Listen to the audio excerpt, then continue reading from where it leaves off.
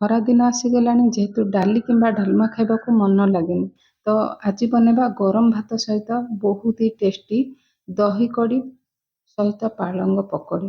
ତ ଖାଲି କେବଳ ଆପଣ ଅରୁଆ ଭାତ ସହିତ ଏମିତି ଦହି କଡ଼ି ପକୋଡ଼ି ବନେଇକି ଖାଇପାରିବେ, ଆଉ ବହୁତ ହି ଟେଷ୍ଟି, ଆଉ ବନେଇବା ବି ବହୁତ ହି ସହଜ।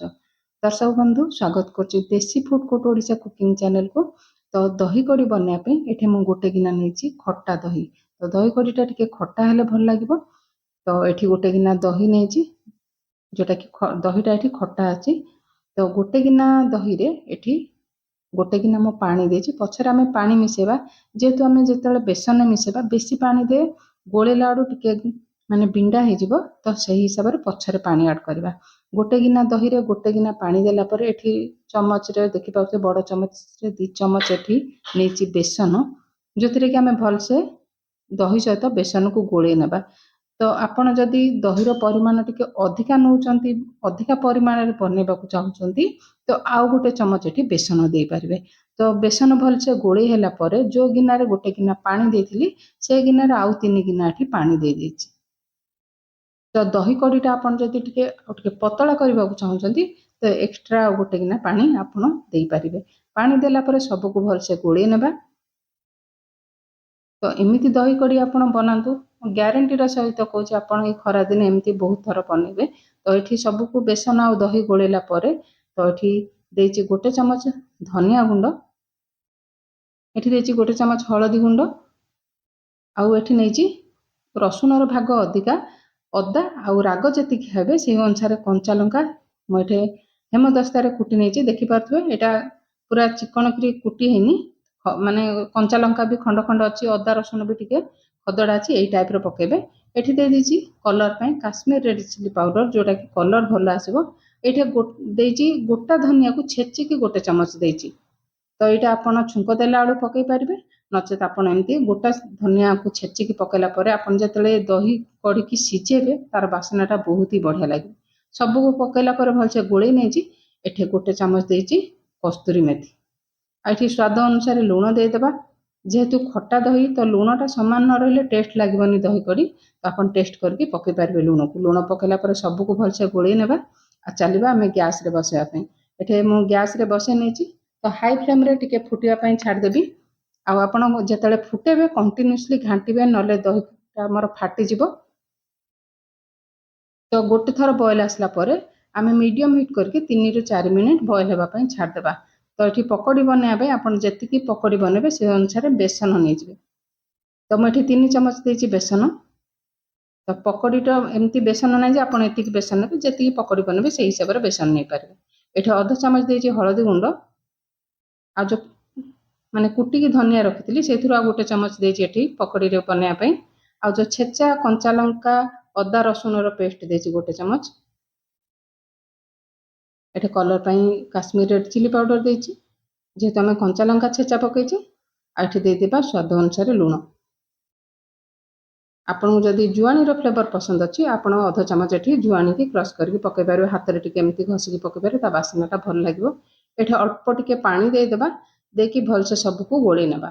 ଏକାଠି ପାଣି ଦେବେନି, ତ ଆମର ପକୋଡ଼ିର ବ୍ୟାଟରଟା ପତଳା ହେଇଯିବ, ପତଳା ହେଲେ ଭଲ ଲାଗିବନି ପକୋଡ଼ି।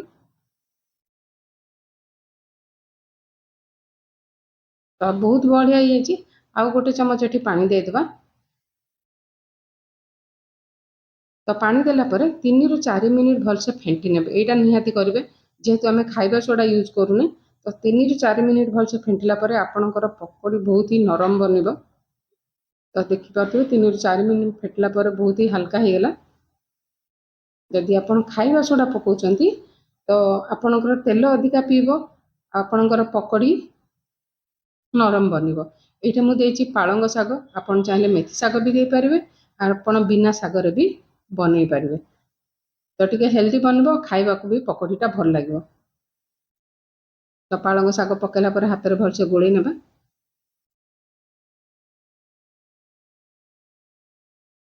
ତ ଦର୍ଶକ ବନ୍ଧୁ, ଆଜିର ରେସିପିଟା ଆପଣମାନଙ୍କୁ ଯଦି ଭଲ ଲାଗୁଥିବ ଭିଡ଼ିଓ ଗୋଟେ ଲାଇକ୍ କରିନେବେ, ଚ୍ୟାନେଲରେ ନୂଆ ଥିଲେ ଚ୍ୟାନେଲକୁ ସବସ୍କ୍ରାଇବ୍ କରିନେବେ, ଆଉ ଫେସବୁକ୍ ପେଜରେ ଦେଖୁଥିଲେ ଫେସବୁକ୍ ପେଜକୁ ଫଲୋ କରିନେବେ।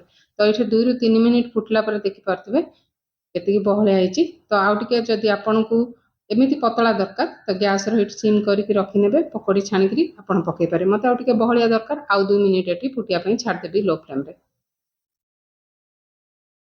तो ये पकोड़ी छाणिया मुझे रिफाइन तेल ये तेल तातीगला आम जो पालंग शाग मिसेकरी बेसन रे रखुले छोट बड़ आपन जी सैज दरकार मुझे बरा सैज पकई आप छोट छोट पकोड़ी सैज भी पकई पारे।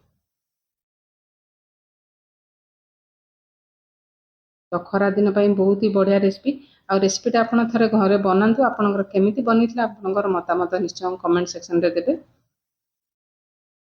तो एपट सेपट करके 3 ରୁ 4 मिनिट आम मीडियम हिट्रे भलसे पकड़ी की छाणी नेबा जो थी कि पकोड़ा भलसे छाणी हो एमती खाली बनईकि भी आप पखाड़ सहित खाईपारे खाली भी खाईपारे बहुत ही टेस्टी बनूची और बहुत ही नरम भी बनूची।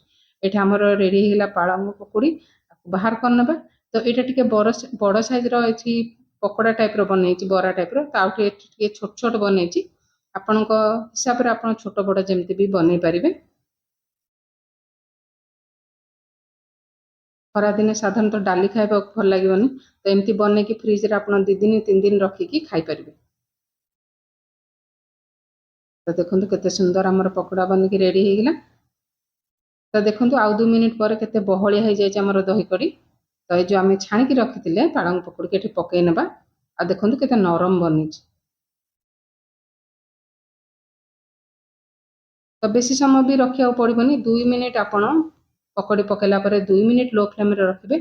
दही कड़ी सहित आमर बरा भी फुली जो पालंगर पकोड़ी तो बहुत ही नरम बनबो। तो 2 मिनिट पर आम गैस हिट बंद कर नहीं गोटे बड़ चामच रिफाइन तेल आ अल्प हेंगु दे दीची 3टा सुखिला लंका देची। ये पंचफुटन गोटे चामच चाहिए आप चाहिए जीरा सोरिष भी दे पारे कि पंचफुटन छुंकड़ा दही कड़ी बहुत ही बढ़िया लगे। तो ये फुटन फुटीगला गैस हिट लो करके 7 ରୁ 8टा बड़ रसुण को मुझे छोट छोट काटिकी नहीं। तो दही कड़ी रसुण स्मेलटा भी भल लगे खाइबा भी बढ़िया लगे। ये भुसुंगा पत्र मो पाखे कम थी आपड़ अधिका छुंक देवे दही कड़ीर बासना बहुत ही बढ़िया लगे। तो ये गैस हिट आम बंद करना गोटे चामच काश्मीर रेड चिली पाउडर देची जोटा कि कलर भल आसो। आमर ये छुंक रेडी होगा गैस हिट बंद करके आम दही कड़ी छुंकटा देदेबा। तो बहुत ही टेस्टी बनी दही कड़ी। तो आपण एमती दही कड़ी बनातु तो आपणकर केमती बनी निश्चिंत कहे। तो छुंक देला ये कटा धनिया पत्र दे देची। तो आमर रेडी होगा पालंग पकोड़ी सहित दही कड़ीर रेसिपीटा केमती लगे आ गरम भात सहित निश्चिंत खातु। आपन गोटे पकोड़ी भांगी देखुची केते नरम बनी। तो पुणी आसबि गोटे नुआ रेसिपी सहित भल खातु सुस्थ रुहतु।